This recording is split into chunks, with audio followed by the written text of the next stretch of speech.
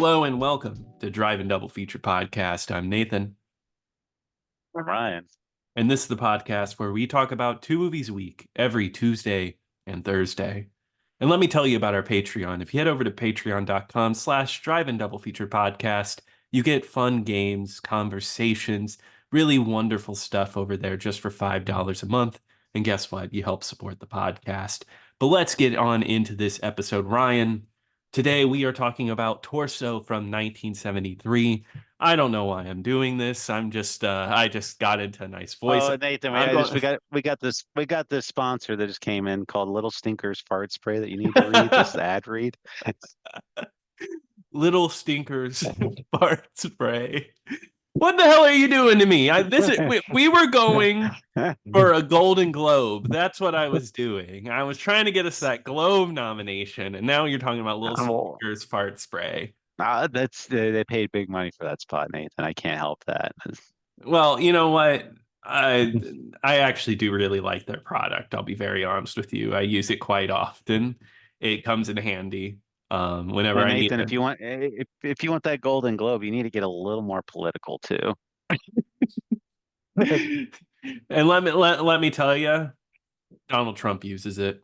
He uses a little stinker fart boy spray, whatever the hell. I've heard he puts on a spray or two before every political speech. So and I want to be just like him.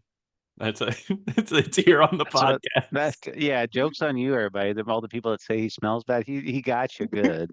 Oh yeah, exactly. Gotcha. Even though isn't it a running gag on the show that I don't shower, that I just use stinker fart spray. Uh Oh, that's like your deodorant. Yeah, exactly. I spray a little under the arms, a little under my knees, because that's where I sweat the worst. And it is a good antiperspirant. It is a good antiperspirant. It works for that. The knees? It's like where you sweat the most.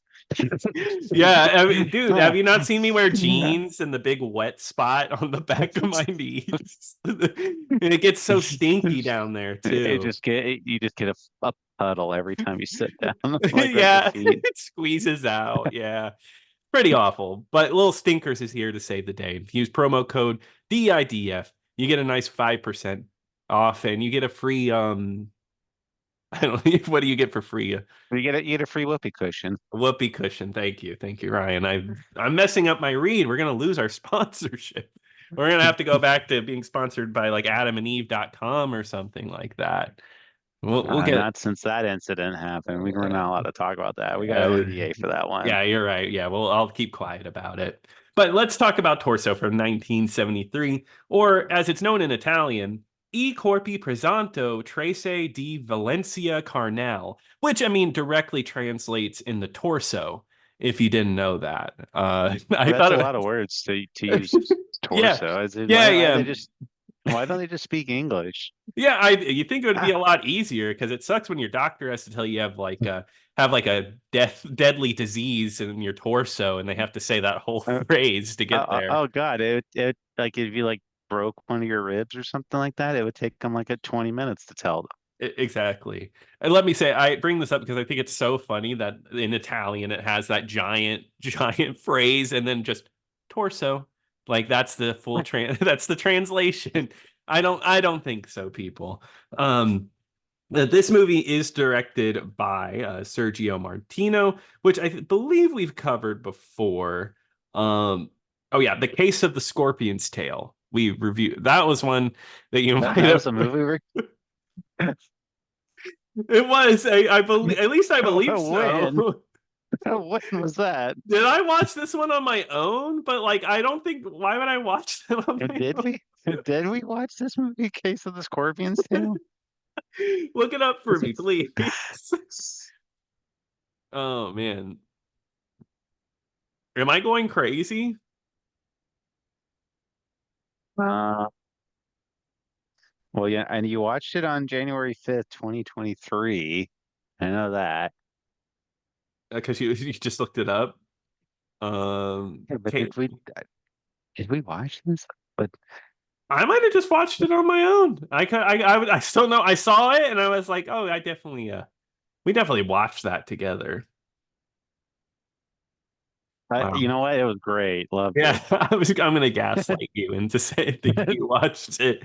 But anyway, Torso is one of his more popular movies. This is an Italian giallo crime flick. We're kind of, this is just a common pick here. It's like getting back in a nice warm blanket, being comfortable. Um, this, We did not do that one, by the way. we didn't. I would. Okay, I just looked it up too, and I did not see it either. So, sorry, Ryan. I guess I just watched it by myself for some reason. Nathan, do you do podcasts for all the movies I don't watch with you? Yeah, I do a podcast for every movie I watch. You just don't see it. It's for me, my own personal stash. I see. Hmm. Um, but Torso here takes place in Italy. It takes place in Italy in a college. And this is where we get introduced to our characters. All of them indistinguishable. It's just a bunch of young women, a bunch of young women that go to college. And I think the most important character at this college in the beginning is Professor Franz, who we come to find out, everybody kind of looks up to him. He's a nice guy, but he is impotent. He can't get up in bed, which is introduced a little bit earlier in the movie. We never quite find out, but that's his storyline. Otherwise, we have girls getting killed. These college age students are getting killed. So I will say right off the bat, this movie looks really good. I think Torso is a really solid looking movie. It has that giallo look, very stylized camera work. I don't know, just feels like something ripped out of the 70s. And this is early 70s, 73. But it looks really solid. I don't know, Italy just looks cool.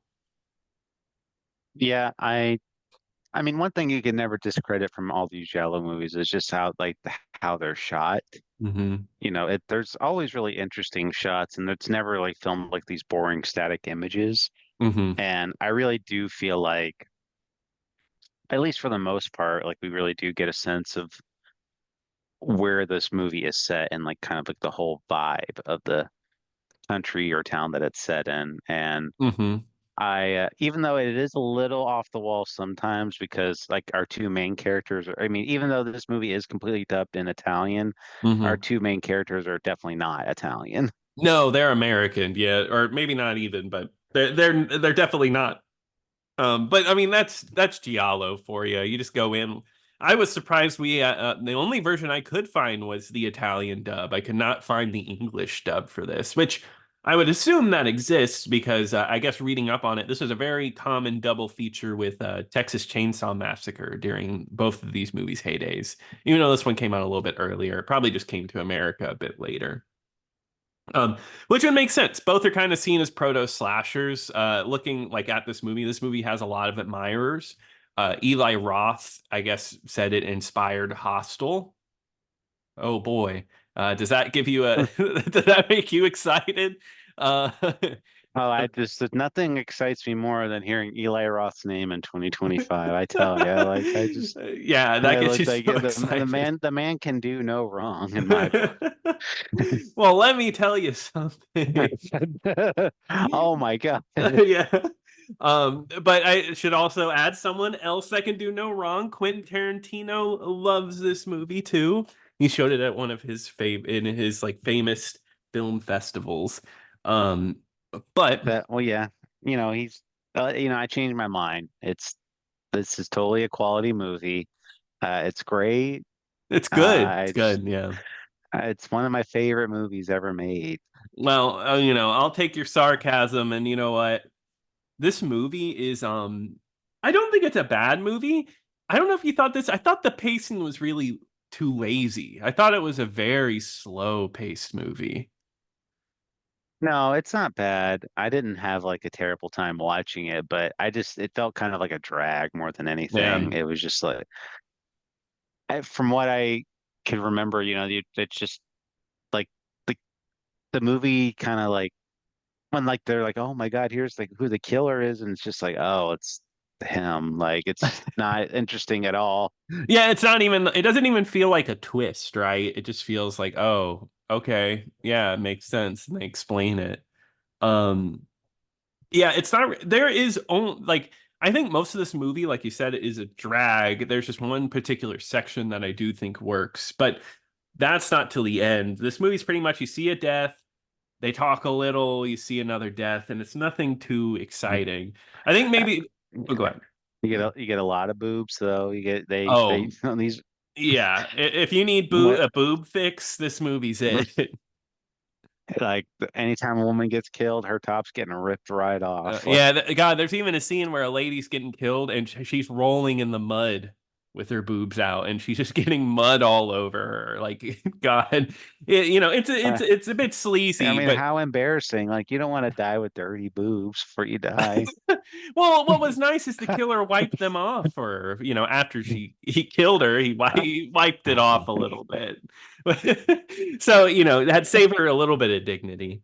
Um, but no, there's definitely a lot of nudity, and it's weird. We watched so many. We just watched Big Bad Mama not that long ago, so I'm like any amount of nudity, I'm like, oh, it's not as bad as Big Bad Mama. It's not that disgusting. Well, yeah, this one and the other one we watched, what was it like, what have they done to the children or Oh what, God, yeah, like both of those, like, just I was like, as long as it's not like on those level, like it'll be fine. And this, I mean, there's definitely some sleaze in these kills, but it's not like an uncomfortably amount of yeah. nudity like It's Big Bad not. Mama.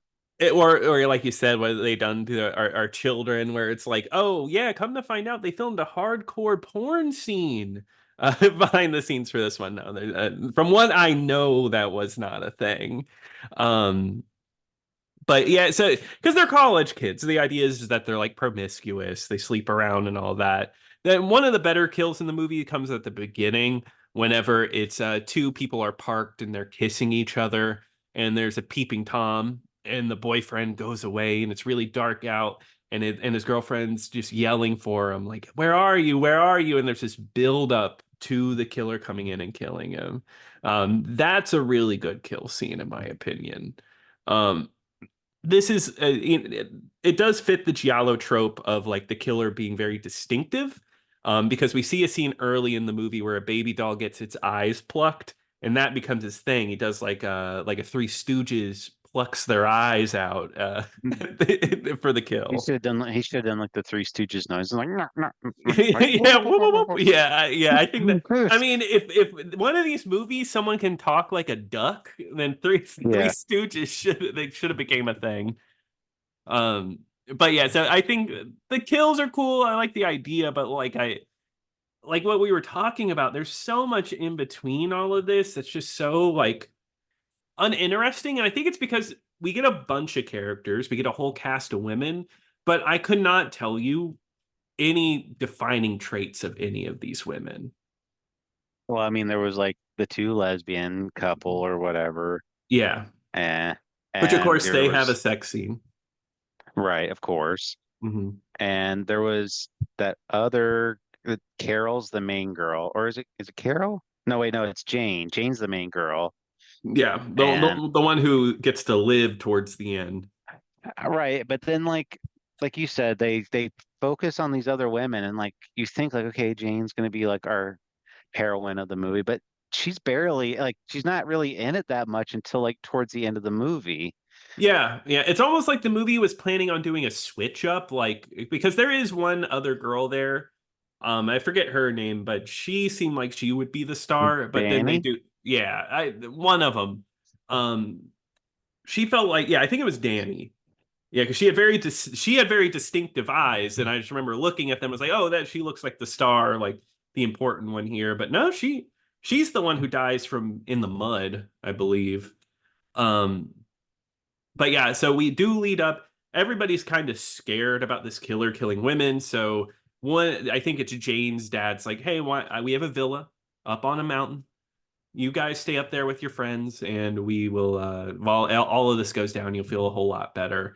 And I love that the first thing that happens after that is that Jane falls down the stairs, and that fall is brutal, by the way. Like it feels Right. real, and she hurts her ankle, so she's out of the movie pretty much. She's just Yeah, well, like the director's like, hey, I'll throw you down the stairs. It'll look Yeah, really good. Like, probably. What do you think her husband had to say about that? Which, Susie Kendall, the actress, do you know who her husband was at this? Or, oh, sorry, they had just gotten divorced, it looks like. It's her oh, so maybe ex-husband. maybe that's why they Yeah, divorced. yeah, maybe. Yeah, it was Dudley Moore. She was married to Dudley Moore up until 1972. So that would be filming. Hey, Dudley, can you throw your wife down the stairs? It's okay. I'm looking for the movie, and then he threw it too hard, and then that's what happened. Just Yeah. Oh, yeah. very unfortunate. And they wrote the broke ankle into the plot. Right. Well, and if that was true, that's actually one of the better bits of this movie. I think that's when this movie really, like, I think the part that works for me is the killer shows up and kills all of the women except for her because she's like hiding away because she's sleeping.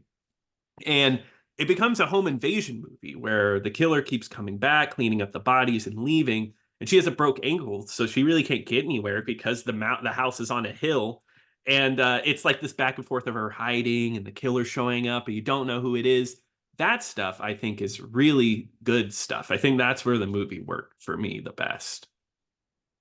Yeah, I like the last, bit of the movie where she's stuck in this house and she can't get Hmm. out, and the killer is just trying to dispose of all these bodies, and she goes down there and she's horrified to see, like, all of her friends have been murdered, Hmm. and she goes in there and tries to hide in the room, and at one point she gets locked in the room.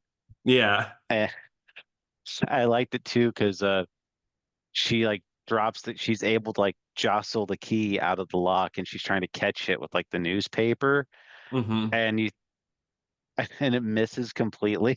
and Yeah. and then the killer just like picks it up and puts it on the paper for her, like, oh And then good, puts now. it on the, yeah. I thought that was great. Yeah, it's just like perfect. Just put like almost like helping her out, and then they get in Like a he little bit wanted of a her to fight. escape, yeah. Yeah, which of course is kind of what happens. And they get in a fight, and everything. You find out the killer is the professor from the beginning, and that's because I had thought this was maybe the biggest, or maybe like the biggest leap. He saw a little boy fall off the mountain and die, and that mentally scarred him so bad that he can't sexually perform anymore without like brutality. Is that what I'm supposed to get out of that?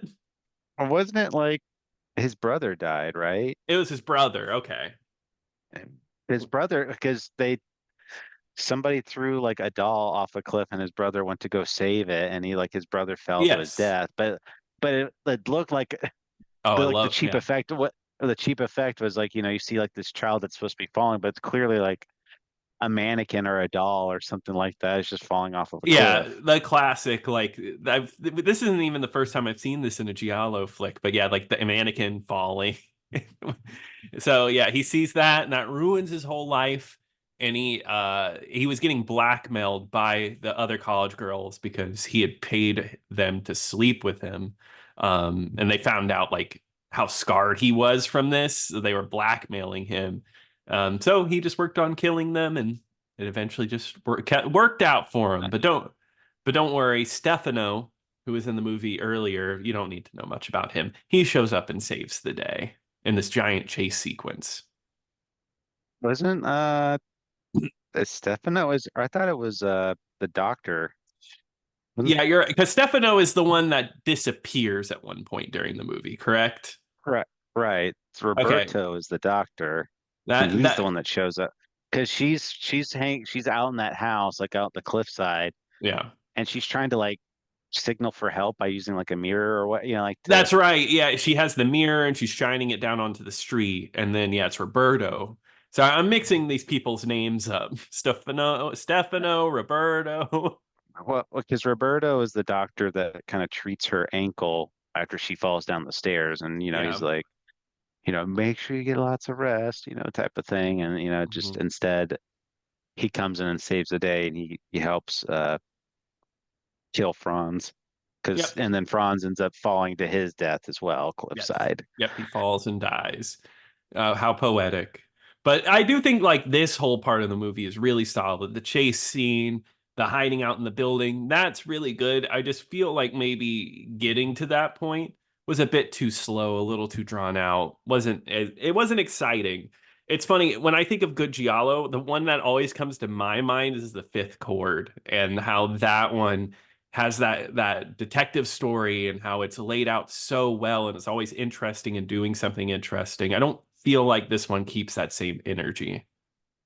Oh no, like that one's gonna be like one of the ones where I was just like, oh, it's like blue, you know, like it Oh yeah. had a much bigger effect on me because it was just like much better direction, great music, great story. Hmm. This one, it's there's some interesting elements in there, but I don't really feel like there's anything unique about it either. I mean, it No. does.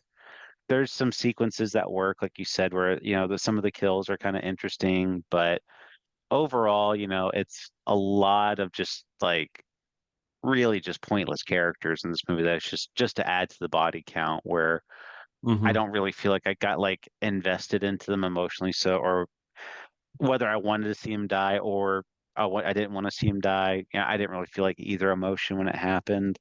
So Yeah. I uh I was kind of hoping for a little more to it than that. But like I said, there was enough in there to where I wasn't just like completely bored or anything by this movie. There was enough in there to keep me interested. Yeah, I think overall it made for a fine movie, but not one I would recommend. No, that's about mine. I would probably say, if you're a giallo guy, this is probably one you might watch, but overall not worth seeking out. Yeah. But that does wrap it up for today, Ryan. But what are we going to be covering on Thursday? Well, Nathan, we are going to be talking about the movie A Night Breed, which is streaming over on Tubi right now. Awesome. Well, I'm excited to watch that one. And if you want to email us, you can email us at Drive and Double Feature Podcast. Be sure to put us up for the Golden Globes this year so we could get that sweet nomination and maybe even a win. But until next time. Until next time.